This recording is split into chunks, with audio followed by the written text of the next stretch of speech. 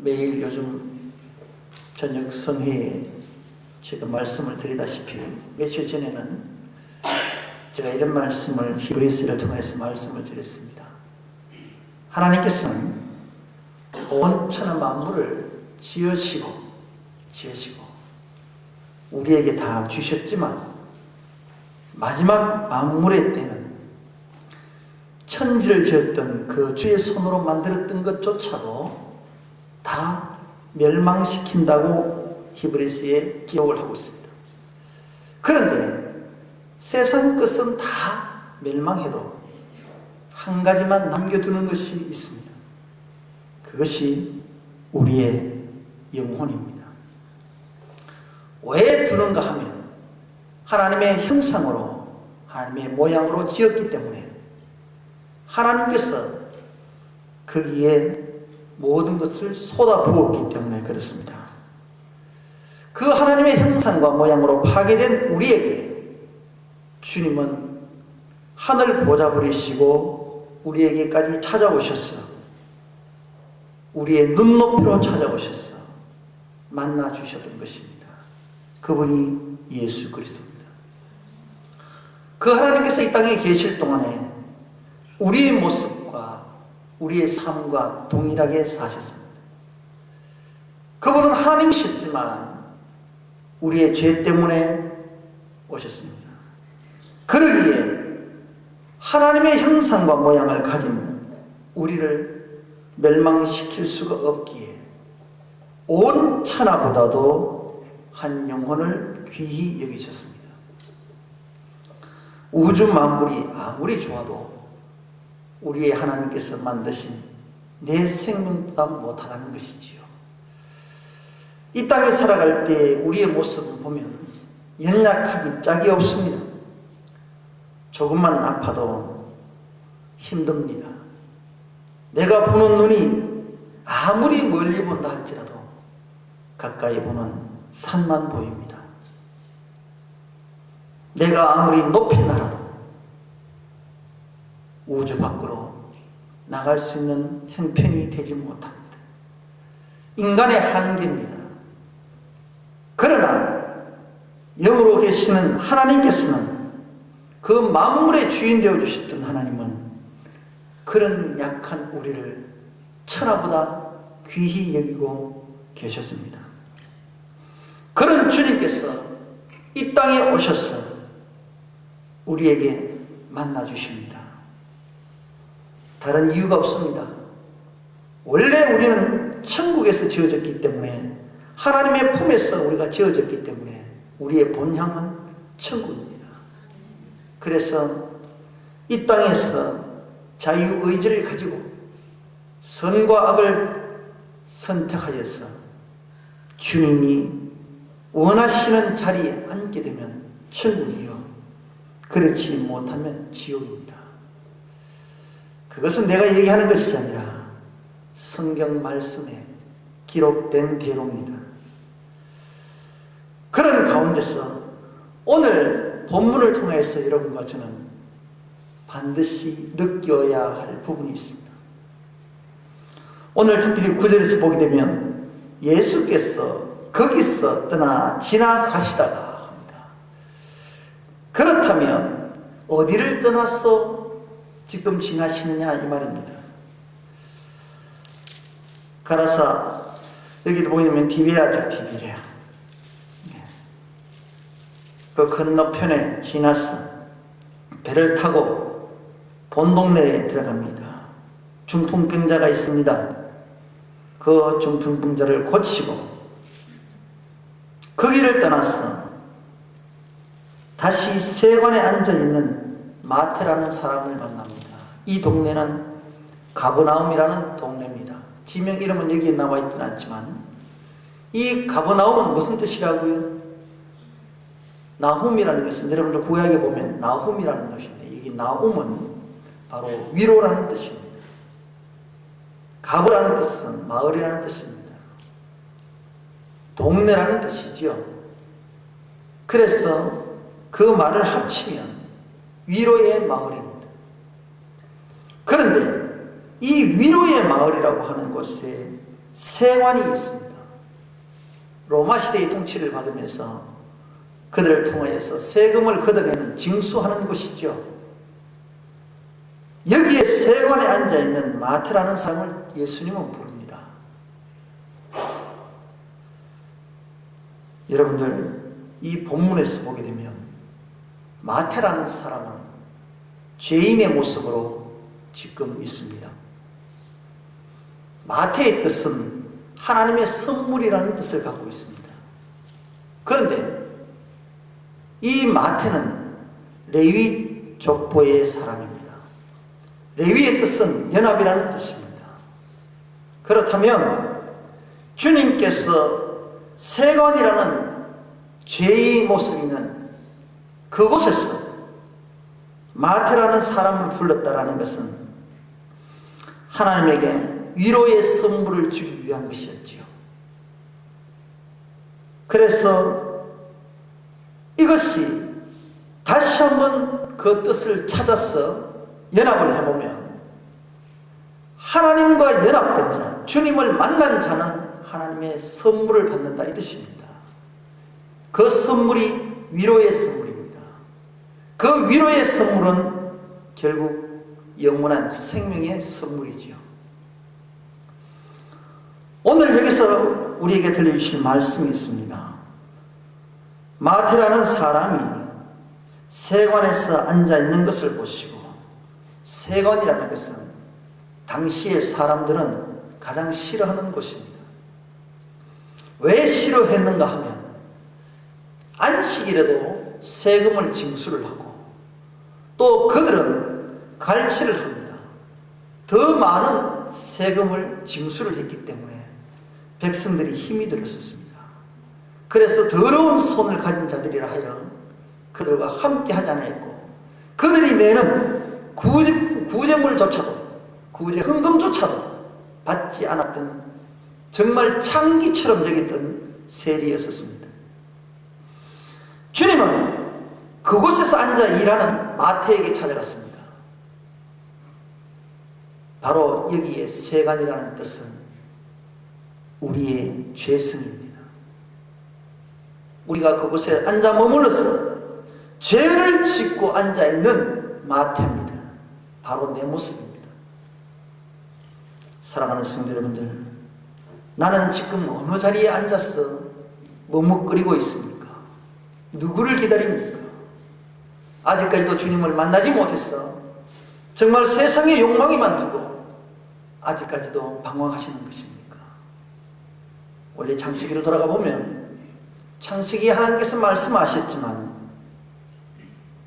창세기 1장 2절에 우리 인간의 본래의 모습이 공허하고 혼돈하고 흑암이 가득 차 있기 때문에 그렇습니다. 인간의 죄성은 무언가를 채워야 되기에 비워둔 공간에 죄성을 채웁니다. 그것이 인간의 욕망이요 인간의 죄성인 것입니다. 그것이 차게 되면 혼돈합니다. 분별치 못합니다. 그것이 죄성으로 가득 차게 되면 사물이 보이지 않고 영생이 보이지 않는 흑암인 것입니다. 여러분들, 10가지 재앙 중에 마지막 장자의 것도 나오지만 흑암이라는 것도 나옵니다. 흑암의 재앙은 바로 분별치 못하고 앞을 볼 수 없는 재앙입니다. 인생 항로가 보이지 않는 재앙입니다. 저와 여러분은 이런 삶 속에 있다면 주님이 찾아오셔야 됩니다.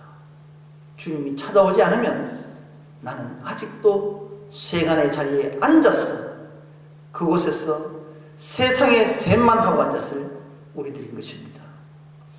사랑하는 성도 여러분들, 주님께서는 우리에게 선물을 주시고자 찾아오시고 주님과 나와 하나 연합하기를 원하십니다. 이것이 되어 있지 않으면 주님을 쫓을 수가 없습니다. 오늘 이 본문 말씀에서도 세관에 앉아있는 마태를 보셨습니다. 주님은 지금 누구를 보시는가 하면 나의 죄 가운데 있는 나를 지금 보고 있습니다. 그리고 주님께서 말씀하십니다. 이르시되 나를 쫓으라고 말씀하십니다. 나를 쫓는다는 것은 바로 하나님께서 나에게 회복의 기회를 주시는 것입니다. 하나님의 형상과 모양으로 지어졌던 우리가, 원래 죄가 없었던 우리가 에덴의 동산에서 죄를 짓고 하나님의 형상과 모양이 깨어져서 쫓겨나 버렸던 나에게 이제 다시 기회를 주십니다. 쫓으라고 하십니다. 사랑하는 성도 여러분들, 다 주님을 쫓으셔야 됩니다. 나에게 기회를 줄 때에 기회를 잡지 못하는 자는 어리석은 자입니다. 우리에게 주셨을 때에 일어나 쫓으니라 기회를 잡았습니다. 바로 마태입니다. 기회를 잡으니 오늘 저와 여러분이 본문을 읽는 이 마태복음의 저자가 바로 여기에 마태입니다. 말씀은 하나님의 마음입니다. 마음을 붙잡았습니다. 주님의 마음을 잡았습니다. 주님의 마음은 생명입니다. 저와 여러분이 주님이 주시는 이 말씀을 붙잡지 못하면 나의 생명은 공허한 것입니다. 말씀이 차야 될 그 자리에 내가 세상에 육을 채우는 그런 혼돈의 삶을 살 수밖에 없고 흑암의 삶을 살 수밖에 없다는 것이죠. 오늘 짧은 이 말씀이지만 정말 영적으로는 깊은 의미를 담고 있습니다. 그런 그자가 바로 주님을 쫓을 때에 주님의 제자가 됩니다. 제자라는 것은 우리가 스승과의 제자가 아니라 나의 모든 죄성을 버리고 모든 것을 내려놓고 주님을 쫓아가는 것이 제자입니다. 모두 제자란 말입니다. 사랑하는 성도 여러분들, 내가 쫓으려면 세리의 그 자리에서 세가는 나의 직업이지요. 여러분들, 이건 놓기가 쉽지 않습니다. 주님의 제자들을 보십시오.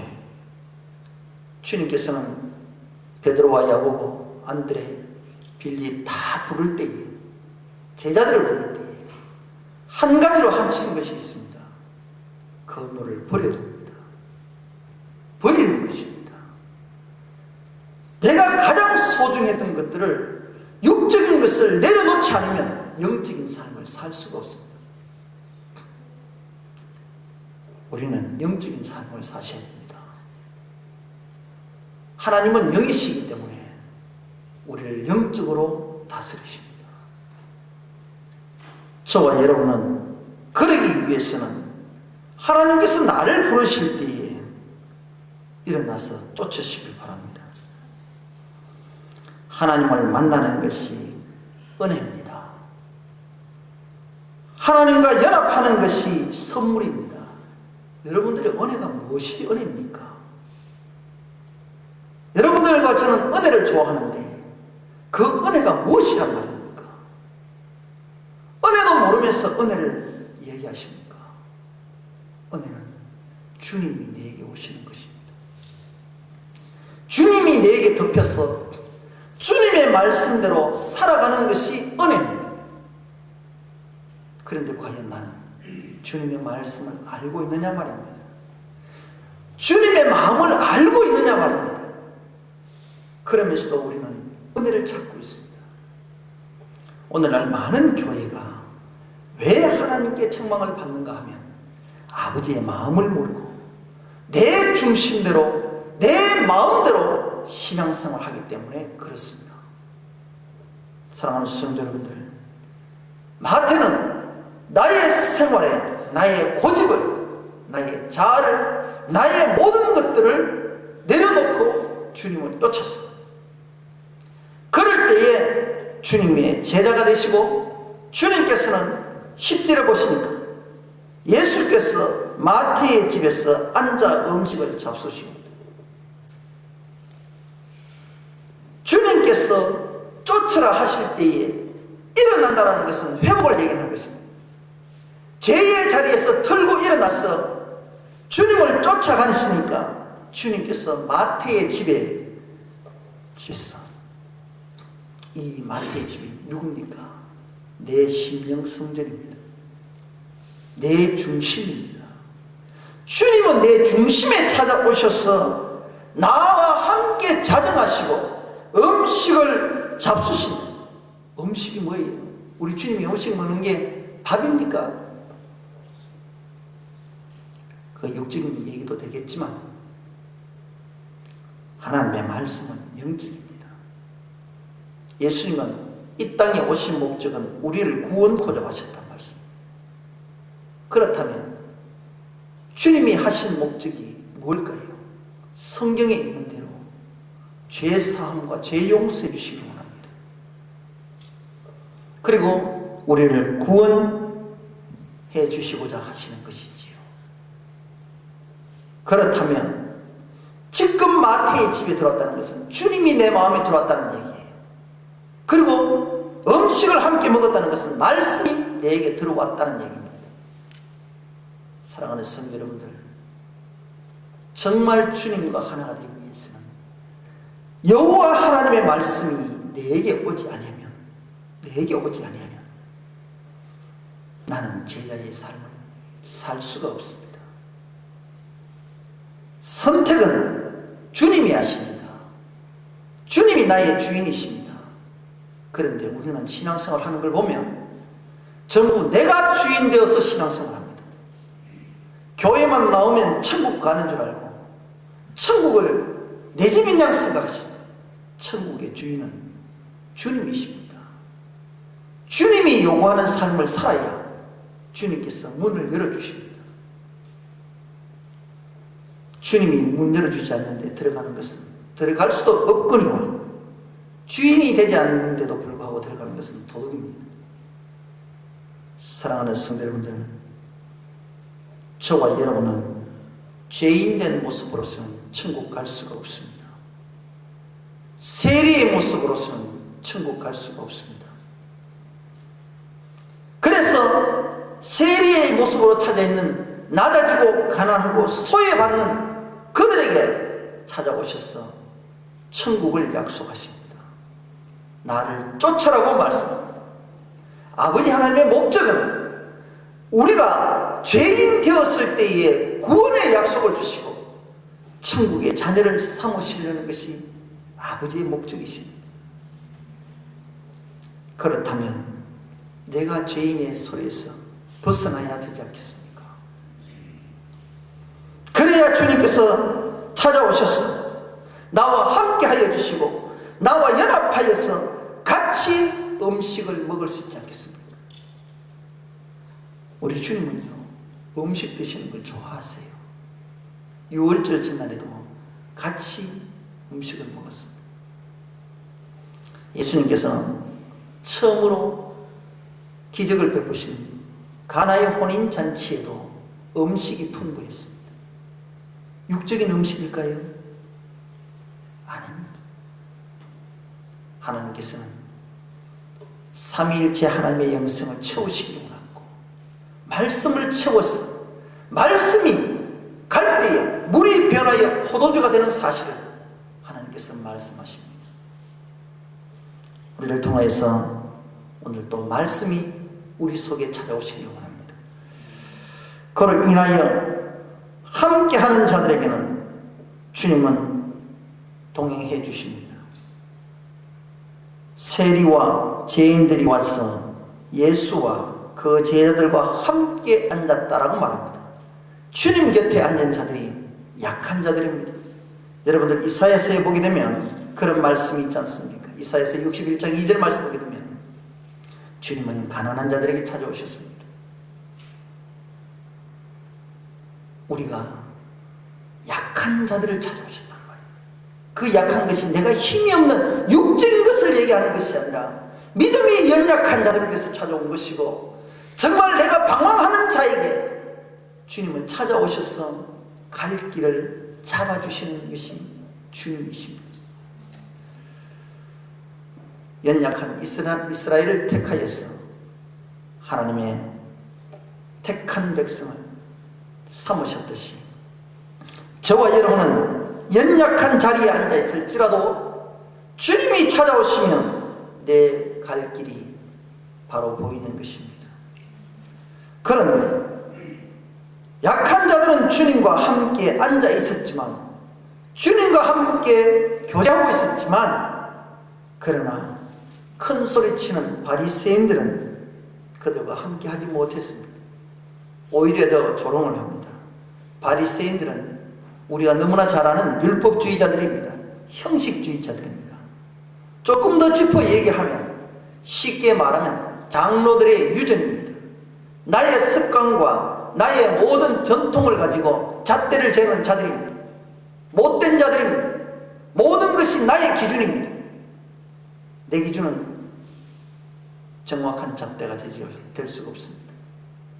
모든 기준은 하나님의 말씀이요, 주님이 기준이 되어야 되는 것입니다.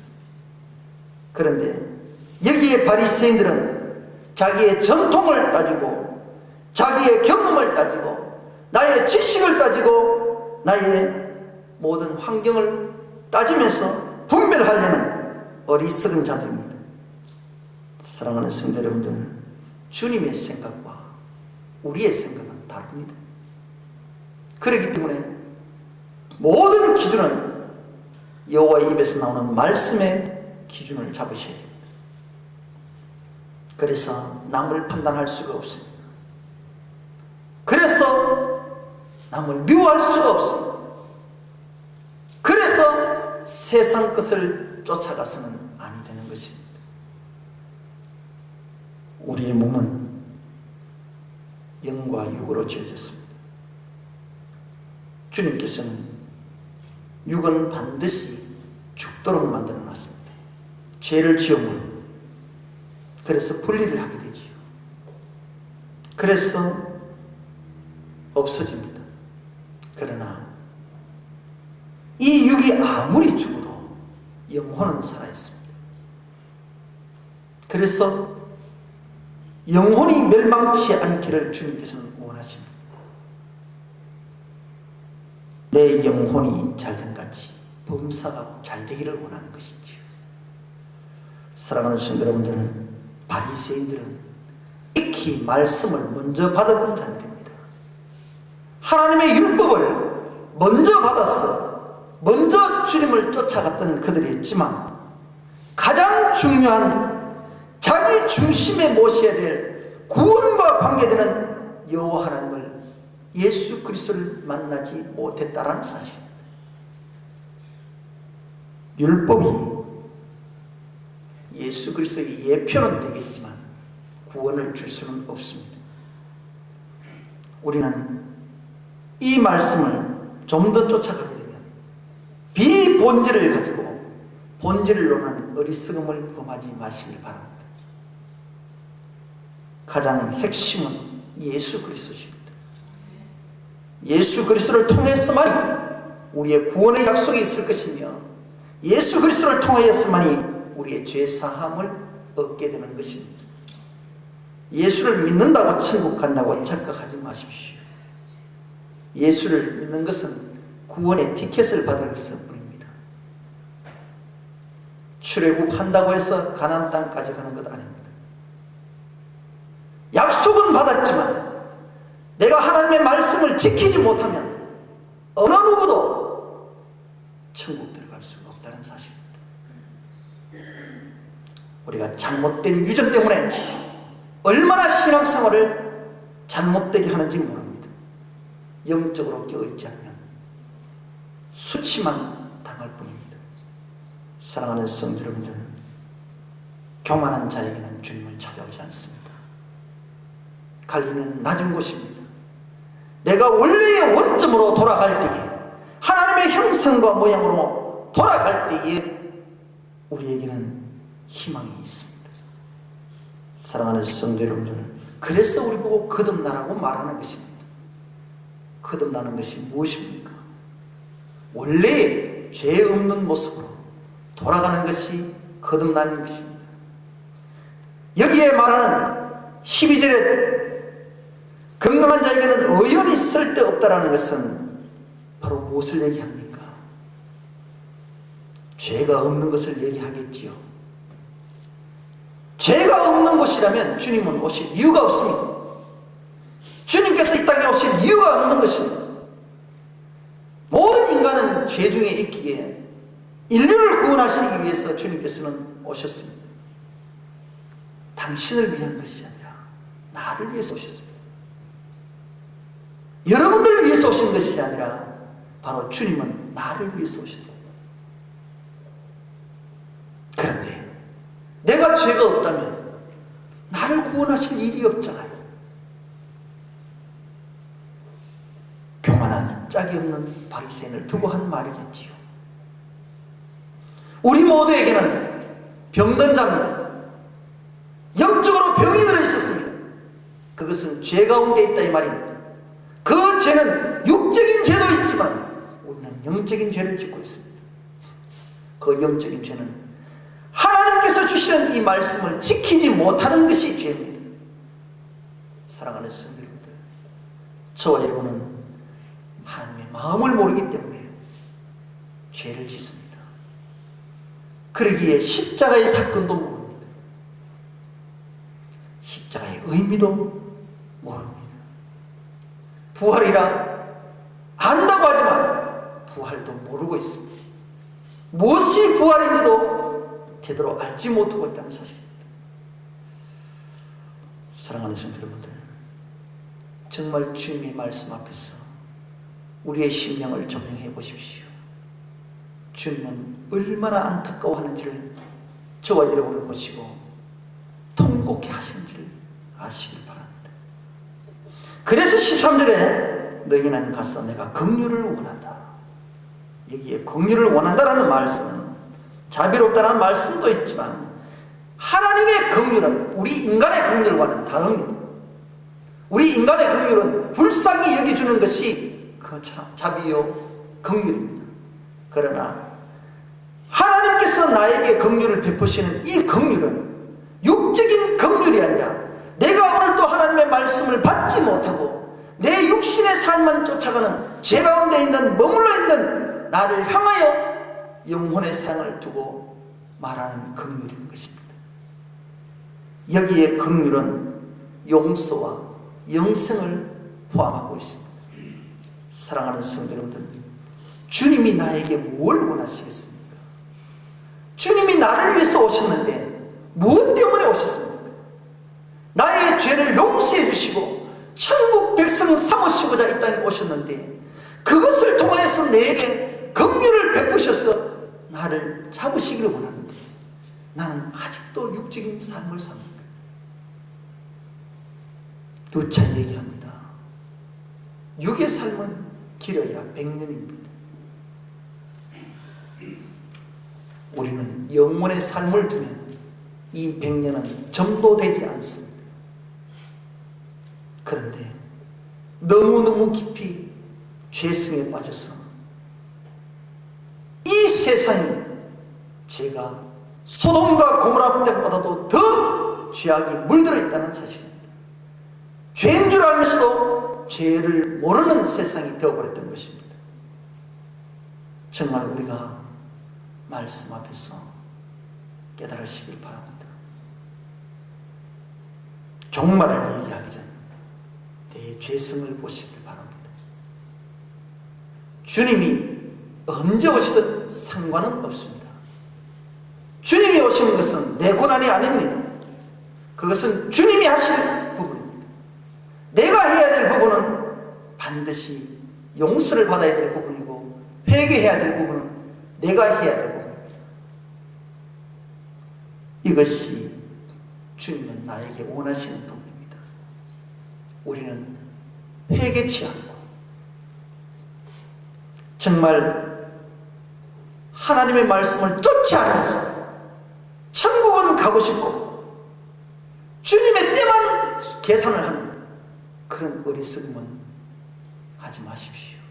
그것이 세관에 앉아서 수판만 돌리는 신앙생활입니다. 내가 해야 될 것은 바로 회개하는 일이요, 주님 앞에서 말씀을 붙잡고 사모하는 일입니다.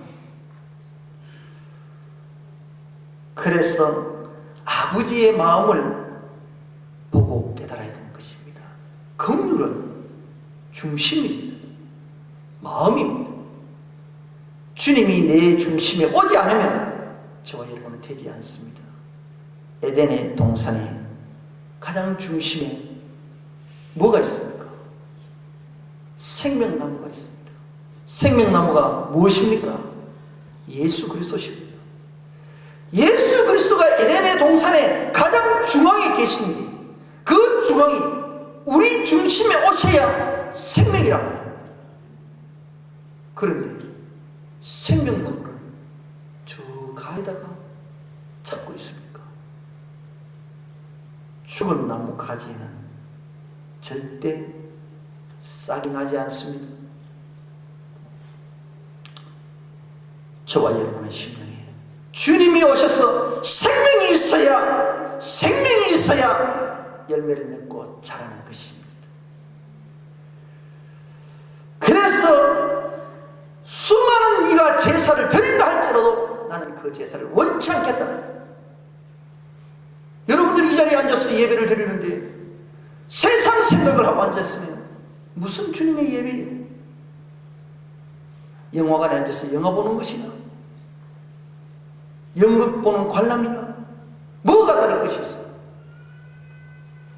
이 자리는 주님이 임재하신 자리요, 주님이 오늘 또 우리를 향하여서 우리의 심령 가운데 찾아오셔서 우리의 중심을 보고 계시고 그것을 돌려달라고 하는 것입니다. 저와 여러분은 지난 한 주간 말씀을 받았습니다. 지금 여러분과 저는 올려드릴 것이 있습니까? 주님은 저와 여러분에게 지금도 받으시기를 원하십니다. 물질을 받으시려고요? 아니요. 주님은 중심을 보십니다. 이 중심은 바로 나의 모든 육체에 다 부어주셨습니다. 여러분들 사물을 볼 때 무엇을 중심을 가지고 보십니까? 내 눈을 가지고 주님의 눈으로 사물을 보시길 바랍니다. 주님의 생각으로 주님을 모든 것을 생각하시길. 그리고 말을 듣습니까? 이 귀를 들을 때도 주님의 소리를 들으세요. 말을 할 때도 주님의 말을 하세요. 그리고 이 손을 가지고도 내 손으로 일을 하는 것이 아니라 주님의 손으로 일을 하십시오. 주님 중심으로 내 발자국을 죄를 향하여 달려가시겠습니까? 주님 가신 그 길을 따라가십시오. 주님의 심장을 가지십시오. 주님 중심으로 살아야 그것이 그리스도인인 것입니다. 그것이 하나님의 자녀들입니다. 그렇지 않으면서 내가 무슨 그리스도인이요? 내가 무슨 제자란 말이야? 내 것을 내려놓지 못했는데 무슨 제자가 된단 말이야? 여러분들 주님의 제자들을 한번 보세요. 모든 것을 다 내려놓고 주님을 따라갔지 언제 내 것을 들고 따라갔습니까? 여러분들 내려놓는 것이 쉬운 줄 아십니까? 내 밥줄이 끊어지는 사실인데 그래도 무엇이 우선인지를 알면 내려놓을 수가 있습니다. 아직까지도 내려놓지 못했다는 것은 나는 아직까지 세상 사람, 저와 여러분은 천국의 자녀가 되려면 내려놓으십시오. 제사만 들고 앉아서 여기 앉아서 소리를 지는 것이 예배가 아닙니다. 예배는 삶입니다. 진정한 제사는 예수 그리스도의 삶을 드리는 것이 예배자의 삶인 것입니다. 앉아서 찬송 몇 장 부리고 헌금 드리고 기도하고 이것이 예배요. 이것이 장로의 유전이요. 예배는 이렇게 드려야 된다, 저렇게 드려야 된다. 그것이 무엇이 중요해요? 주님이 없으면 아무것도 소용이 없다는 거예요. 사랑이 없으면 뭐예요? 울리는 괭말이 됩니다. 그 사랑이 뭐예요? 예수 그리스도란 말이에요. 사랑하는 성도 여러분들, 그래서 제사를 원하는 것이 아니라, 눈에 보여지는 것을 원하는 것이 아니라 눈에 보이지 않는 그 긍휼을 내가 원한다는 말한다, 주님께서. 그래서 주님은 한순간도 우리에게 말씀하시는 것이, 내가 너의 중심을 보겠다는 중심. 아버지의 뜻이 어딘지 아시겠습니까? 무엇인지 배우라, 알아라, 이 말입니다. 저와 여러분은 주님을 얼마나 아십니까? 저와 여러분은 과연 이 66의 하나님의 말씀을, 이 주님의 마음을 얼마나 알고 계십니까? 그러면서도 신앙생활 한다고 하십니다. 말씀이 왜곡되면 잘못된 신앙으로 주님을 찌릅니다. 우리는 겸손하셔야 됩니다. 바리새인들은 교만합니다. 그래서 판단을 하는 것입니다. 나와 기준이 다르므로 내 기준으로 상대를 판단하고 찌릅니다. 죄가 무섭습니다. 저와 여러분은 판단할 자격도 조건도 없습니다. 오직 하나님의 말씀에 청종할 것밖에 없습니다. 그래서 제자가 되려면 내 육을 내려놓고 여호와 하나님이 주시는 이 말씀만 붙잡고 가는 것이 제자라, 이 말씀입니다. 내가 의인을 부르러 온 것이 아니요 죄인을 부르러 간다. 의인은 이 땅에 없습니다. 의인은 없나니 한 사람도 없습니다. 의인이 되려면 하나님께서 인정을 해 주셔야 됩니다. 그래서 이 땅에 의인이 없는 거로 죄인을 부르는 것입니다. 스스로 어렵다 한 자는 하나님께서 구원 약속을 하지 않습니다. 사랑하는 성도 여러분들, 이 말씀을 바로 보고 깨달으시길 바랍니다. 내 신앙생활에 나는 지금 어떤 자리에서 신앙생활을 합니까? 내가 의인의 자리에서, 교만의 자리에서 신앙생활을 하십니까? 낮추세요. 갈릴리는 낮아진 것이요 원점인 것입니다. 죄가 없는 것이 갈릴리로 돌아가시기